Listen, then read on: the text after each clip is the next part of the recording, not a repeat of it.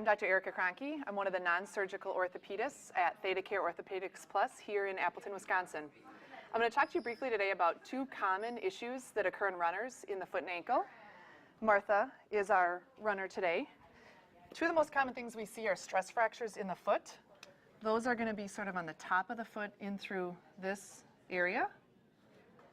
And then the other thing we commonly see is something called plantar fasciitis, or heel pain, which is on the inside of the foot, specifically the heel, about this area.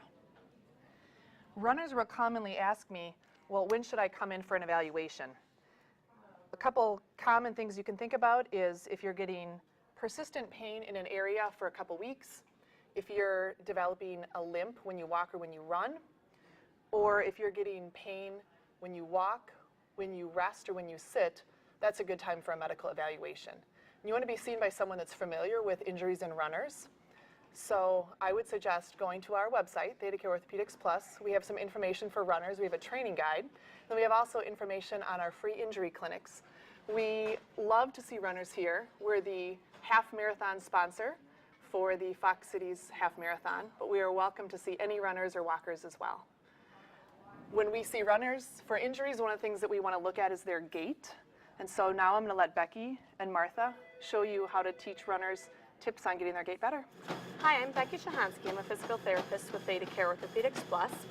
And a big component of running is assessing how someone runs. So generally get them on the treadmill. Things that we're looking for with Martha is her landing. How is she landing on her feet? We also look at her knees and her hips. How soft is her landing? And her cadence, which is how many steps per minute. That's a huge component. Ideally, we want someone to be between 160 and 180 steps per minute, 180 being ideal. So as we notice with Martha, right now she's landing pretty dominantly on her heels. And she's got a relatively slow cadence, probably closer to 160 steps per minute. So what I'm going to have to do is Martha step off. And Martha, what I want you to think about doing is landing a little bit more through the ball of your foot and increase how quickly you are landing on your toes, almost thinking that you're as soft as possible with landing. So we'll try that again and see how that looks. A strong reason that we like people to land more soft through their forefoot and increase their cadence is it decreases the force up through the joint. Obviously that helps to eliminate injuries going through the knee and hip, which are very, very common in runners.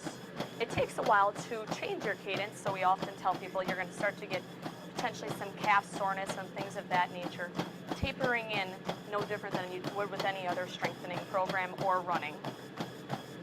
And now she's obviously landing much more through her forefoot and has quite a bit of a quicker cadence, I'd say about 172.